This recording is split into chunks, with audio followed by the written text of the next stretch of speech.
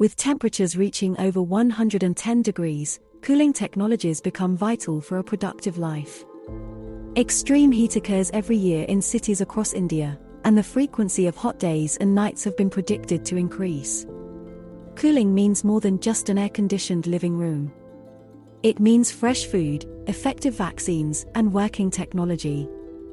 India really is a place where the solutions companies are there, the market is massive. The grid will literally fail if we don't find more efficient ways of delivering cooling, and we can, save lives and create millions of jobs and hopefully create billions of dollars of wealth in the process. So it's the trifecta. Technology is the sole lever that can improve access to cooling and simultaneously reduce its environmental footprint. Ishan Patel has researched and has come up with innovations showing the possibilities of cooling without the use of synthetic refrigerants that damage the ozone layer. So recently in the first semester, I did a project on magnetic refrigeration. That refrigeration system completely works on the purpose of the magnets. It won't be including any, refrigerator gases like R12, R414, R410A. It won't be including any gas. It is completely freeless gas, and also it includes the maximum efficiency to get the power output with the help of these magnets. The magnetic cooling work Ishan is doing at ASU is frontier work that has the potential to have a large impact over the next decade. However, people need solutions now and cannot wait 10 years. Sustana Cooling Partners will invest in companies with multiple technology approaches that can make a contribution today.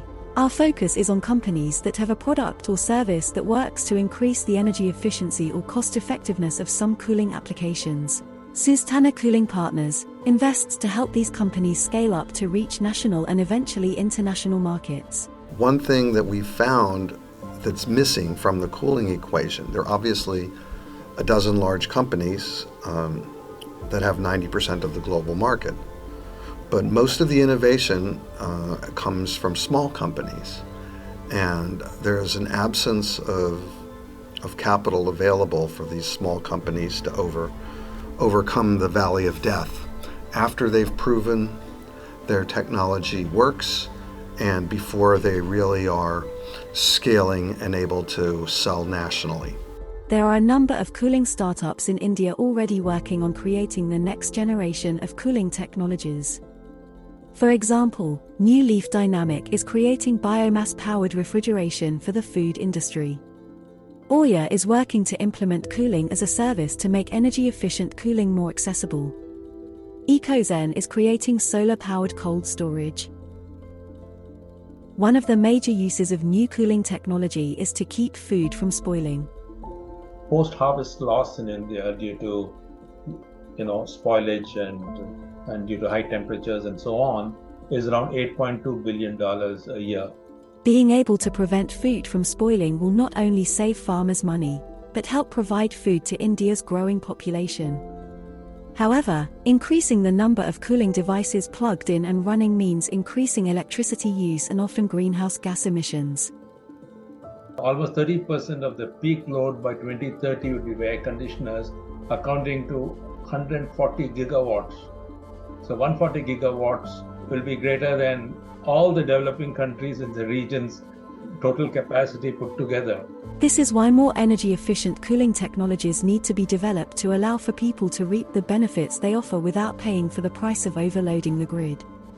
With proper investments and strategic implementation, cooling can be made much more affordable, sustainable, and profitable. As a business opportunity, I see cooling a little bit like I saw renewables 20 years ago.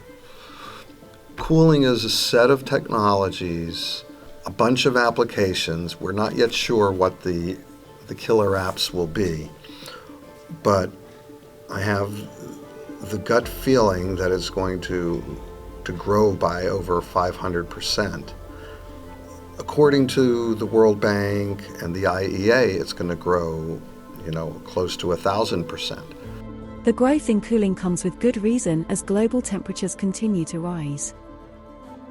If you think about what is the absolute top challenge with climate change today?